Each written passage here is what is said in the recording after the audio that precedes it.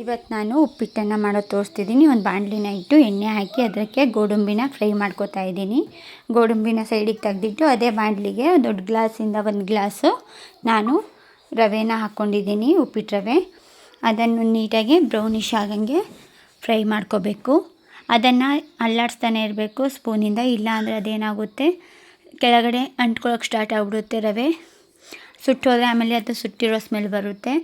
ಈಗ ಸೈಡಿಗೆ ಒಂದು ಪಾತ್ರೆನ ಇಟ್ಕೊಳ್ಳೋಣ ನಾವು. ಇದು ಫ್ರೈ ಆಗಿದೆ, ಅದಕ್ಕೆ ಎಣ್ಣೆನ ಹಾಕ್ಕೊಳ್ಳೋಣ. ಎಣ್ಣೆ ಬಿಸಿ ಆಗ್ತಿದ್ದಂಗೆ ನಾನು ಫಸ್ಟಿಗೆ ಶೇಂಗಾ ಹಾಕ್ಕೋತಾ ಇದ್ದೀನಿ, ಇಲ್ಲಾಂದರೆ ಅದು ಹಸಿ ಹಸಿ ಇರುತ್ತೆ. ಶೇಂಗಾ ಫ್ರೈ ಆಗಿದೆ ನೋಡಿ. ಇವಾಗ ಇದಕ್ಕೆ ಸಾಸಿವೆ ಮತ್ತು ಅದ್ರ ಜೊತೆಗೇ ಹಂಗೆ ಜೀರಿಗೆ ಕೂಡ ಸೇರ್ಕೊತಿದ್ದೀನಿ. ಜೀರಿಗೆ, ಕರಿಬೇವು ಎಲ್ಲ ಎಣ್ಣೆ ಬಿಸಿ ಆಗಿ ನೀಟಾಗಿ ಆಗಿದೆ ಅಂತ ಗೊತ್ತಾಗೋದೆ ಕರಿಬೇವು ಹಾಕಿದಾಗ. ಈಗ ಅದ್ರ ಜೊತೆಗೇ ಒಂದು 3 ಹಸಿಮೆಣ್ಸಿಕಾಯಿ ಉದ್ದಕ್ಕೆ ಕಟ್ ಮಾಡಿ ಇಟ್ಕೊಂಡಿದ್ದೀನಿ. ಅದು ಸ್ವಲ್ಪ ಫ್ರೈ ಆಗ್ತಿದ್ದಂಗೆ ಕ್ಯಾರೆಟು ಬೀನ್ಸು ನುಣ್ಣಗೆ ಹೆಚ್ಕೊಂಡಿದ್ದೀನಿ. ನಾನು ಅದನ್ನು ನುಣ್ಣಗೆ ಕಟ್ ಮಾಡ್ಕೊಂಡಿನಿ.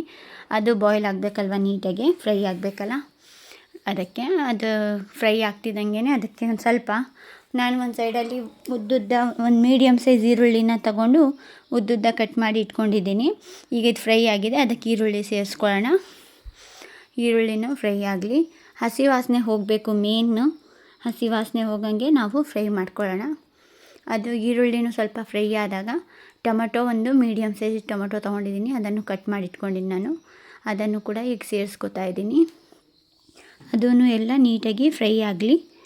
ಎಲ್ಲ ಫ್ರೈ ಆದಮೇಲೆ ಅದಕ್ಕೆ ನಾವು ರವೆ ಉಪ್ಪು ಹಾಕ್ಕೋತಿದ್ದೀನಿ. ಈಗ ನಾವು ಉಪ್ಪನ್ನು ಸೇರಿಸ್ಕೊತಿದ್ದೀನಿ 1 ಸ್ಪೂನು. ನಾನು ರವೆ ಯಾವ ಗ್ಲಾಸ್ ತೊಗೊಂಡಿದ್ದೀನೋ ಅದೇ ಗ್ಲಾಸಿಂದ 2 ಗ್ಲಾಸ್ನ ನೀರು ಹಾಕ್ಕೋತಾ ಇದ್ದೀನಿ ನಾನು. ಈಗ ಈ ನೀರನ್ನ ಹಾಕ್ಕೊಂಡಿದ್ದೀನಿ. ಈಗ ಅದು ಕುದಿ ಬರ್ತಿದ್ದಂಗೆ ನಾವು ಈಗ ರವೆ ಸೈಡಿಗೆ ತೆಗೆದಿಟ್ಕೊಂಡಿದ್ವಲ್ಲ ಫ್ರೈ ಮಾಡಿರೋ ರವೆ, ಅದನ್ನು ಆ್ಯಡ್ ಮಾಡಬೇಕೀಗ. ಆ್ಯಡ್ ಮಾಡಿ ಅದು ಕೂಡ ನೀಟಾಗಿ ಬಾಯ್ಲ್ ಆಗಲಿ. ನೀಟಾಗಿ ಬಾಯ್ಲ್ ಆಗೋವರೆಗೂ ಅದನ್ನು ಅಲ್ಲಾಡಿಸ್ಬೇಕು. 1-2 ಮಿನಿಟ್ಸ್ ಹಂಗೆ ಅಲ್ಲಾಡಿಸಿ ಅದನ್ನು ಈಗ ಸ್ವಲ್ಪ ಹೊತ್ತು ಮುಚ್ಚಿಟ್ಬಿಡೋಣ ನಾವು. 1-2 ಮಿನಿಟ್ಸ್ ಮುಚ್ಚಿಡ್ಬೇಕು ಇದನ್ನು. ಅದು ಏನಾಗುತ್ತೆ ಅಂದರೆ ನಾವು ಸೈಡಿಗೆ ಅದೇ ಥರ ಬಿಟ್ಬಿಟ್ರೆ ಏನಾಗುತ್ತೆ, ಒಂದು ಲಿಂಬೆಹಣ್ಣು ತೊಗೊಂಡಿದ್ದೆ, ಆ ಲಿಂಬೆಹಣ್ಣನ್ನ ಕೂಡ ಅದರಲ್ಲಿ ಸೇರಿಸ್ಕೋತಾ ಇದ್ದೀನಿ ನಾನು. ಈಗ 2 ನಿಮಿಷ ಮುಚ್ಚಿಡೋಣ. ನೋಡಿ ಆಗಿದೆ. ಇದಕ್ಕೀಗ ನಾನು ಒಂದು ಸೈಡಿಗೆ ಹಸಿ ಕೊಬ್ಬರಿನ ತುರಿದಿಟ್ಕೊಂಡಿದ್ದೀನಿ. ಈಗ ಹಸಿ ಕೊಬ್ಬರಿನ ಹಾಕ್ಕೋತಾ ಇದ್ದೀನಿ ಅದ್ರ ಮೇಲೆ.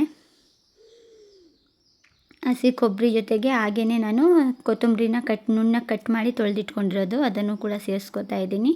ಅದರ ಜೊತೆಗೆ ಫಸ್ಟಿಗೆ ನಾವು ಡ್ರೈ ಫ್ರೂಟ್ಸ್ ಗೋಡಂಬಿನ ಫ್ರೈ ಮಾಡಿದ್ವಲ್ಲ, ಅದನ್ನು ಸೇರಿಸ್ಕೊತಾ ಇದ್ದೀನಿ. ನಿಮಗೆ ಈ ಉಪ್ಪಿಟ್ಟು ರೆಸಿಪಿ ಇಷ್ಟ ಆಗಿದರೆ ಲೈಕ್ ಮಾಡಿ, ಶೇರ್ ಮಾಡಿ, ಸಬ್ಸ್ಕ್ರೈಬ್ ಮಾಡ್ಕೊಳ್ಳಿ. Thank you.